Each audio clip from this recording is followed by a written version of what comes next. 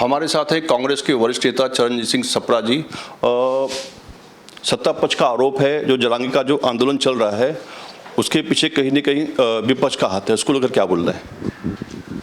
मुझे लगता है कि सत्ताधारी पार्टी जो है भारतीय जनता पार्टी, अजीत पवार गट और शिंदे गट, ये बहुत ही घबराए हुए हैं। और अगर एक लाइन में वर्णन किया जाए इनकी स्टेटमेंट का तो वो है खिसियानी बिल्ली खंबा नोचे। इन्हें समझ में नहीं आ रहा है कि क्या हो रहा है इनके साथ में, और जारंगे पाटिल से ये डरे हुए हैं, उस मुद्दे से डरे हुए हैं। मैं इनको कहना चाहूँगा महायुति के नेताओं को कि आपको डरने की ज़रूरत नहीं है, उसके ऊपर कोई मार्ग निकाल सकते तो निकालिए, नहीं तो सत्ता की कुर्सी खाली करिए। सत्ता पक्ष का बोलना है कि जो विपक्ष है वो ये बोलता क्यों नहीं है कि जो मराठा आरक्षण है ओबीसी से दिया जाएगा, इसको लेकर विपक्ष मौन वो उस पर जवाब क्यों नहीं दे रहा है? देखिए, सत्ताधारी पार्टी की जवाबदारी होती है, कोई राज्य के अंदर प्रश्न उठा है तो उस पर काम उन्होंने करना है, उत्तर उन्होंने देना है, निर्णय उन्होंने लेना है। निर्णय तो सत्ताधारी पार्टी लेती है, विपक्ष कभी निर्णय लेता है क्या? लोकतंत्र के अंदर विपक्ष को कोई अधिकार होता है लोकतंत्र में निर्णय लेने का? तो विपक्ष से क्या चाहते हैं?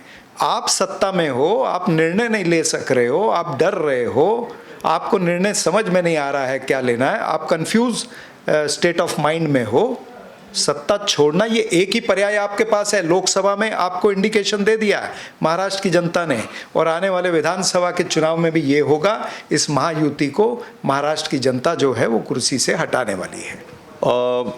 सत्ता पक्ष का बोलना है देवेंद्र फडणवीस पे जरांगे जो है बार बार उन्हीं का नाम ले रहे हैं और उन्हीं पे निशाना साध रहे हैं। आरक्षण के बारे में कुछ बोल दे रहे हैं, खाली उन्हीं को निशाना साधते हुए अब सबका प्रयोग कर रहे हैं, और उनका ये भी बोलना है कि इसके पीछे जो है विपक्ष का ही हाथ है। इसको लेकर क्या बोलेंगे? अब तो यही बात है कि वो छुपने का तरीका ढूंढ रहे हैं। अगर ऐसी बात कर रहे हैं तो निश्चित रूप से अगर डिप्टी सीएम है देवेंद्र फडणवीस तो जारंगे पाटिल उनका नाम तो लेंगे ही लेंगे। मुख्यमंत्री और उप मुख्यमंत्री का नाम तो लिया ही जाता है, तो इतना घबराते क्यों उससे? सवाल ये है कि आपके पास उसके ऊपर कोई ठोस निर्णय नहीं है, कोई ठोस योजना आपके दिमाग में नहीं है कि किस तरह से ये मराठा आरक्षण के विषय को हल निकालना है। आप कन्फ्यूजन खुद इस सरकार ने निकाली है, खुद इस सरकार ने कन्फ्यूजन की है। अब इसके आगे इन्हें समझ में नहीं आ रहा है, ये एक चक्रव्यूह में फंस चुके हैं। अब चक्रव्यूह में खुद फंसे हैं तो निकलना भी खुद ही को होगा। सत्ता पक्ष का आरोप है कि जब देवेंद्र फडणवीस जी थे तो उन्होंने मराठा आरक्षण पे काम किया और उसको हाई कोर्ट में 2.5 साल टिकाया। उसके बाद मामला सुप्रीम कोर्ट में गया, वहाँ भी 1 साल तक टिका।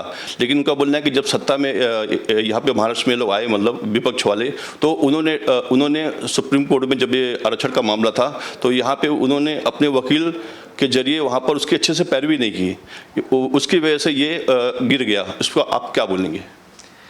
देखिए, महाविकास आघाड़ी 2 साल, मात्र 2 साल से भी 1 आध महीना कम ही होगा सत्ता में थी, और अधिकतर समय जो है वो हमारा कोविड में गया है। उसके बाद में इनकी सत्ता आई है, पहले भी इनकी सत्ता थी, तो क्यों नहीं उसके ऊपर कोई निर्णय कर लेते हैं?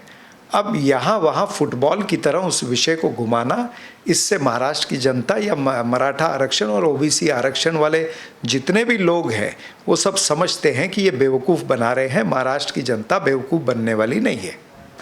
जो कल जो यूनियन बजट पास हुआ है उसमें सत्ता पक्ष का बोलना है कि ये इसमें जितने भी तबके हैं सबके लिए उसमें संतुलित बजट है, और इस मामले पर विपक्ष का क्या बोलना है बजट को लेकर?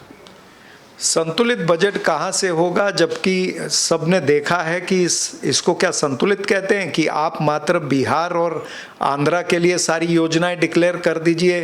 15,000 करोड़ से लेके 40,000 करोड़ तक के जितने प्लान हैं वो मात्र 2 राज्यों के लिए कर दीजिए और बाकी राज्यों का जिक्र न करिए। क्या ये संतुलित होता है? क्या गरीबों के लिए आपने कुछ किया है? आपने तो जितने टैक्स कोई कम करे हैं वो तो कॉरपोरेट टैक्स की तरफ कम करे हैं। उल्टा आपने जो गरीब या मध्यम वर्ग जो लोग हैं उनके ऊपर तो और टैक्स लाद दिए हैं। तो ये जो बजट था ये सरासर ये अमीरों का बजट था, गरीबों का बजट नहीं था, मध्यम वर्गों का बजट नहीं था। इस बजट के अंदर बहुत सी खामियां हैं, इस वजह से ये सरकार डरती आ रही है। तो कहीं ना कहीं सप्रा जी का बोलना है कि मराठा आंदोलन के जाल में बीजेपी फंस चुकी है। वहीं बजट को लेकर उनका बोलना है कि ये बजट गरीबों का बजट नहीं, अमीरों का बजट है। कैमरामैन शिवाजी काले के साथ अंजनी कुमार मिश्रा, आवाज़ इंडिया, मुंबई।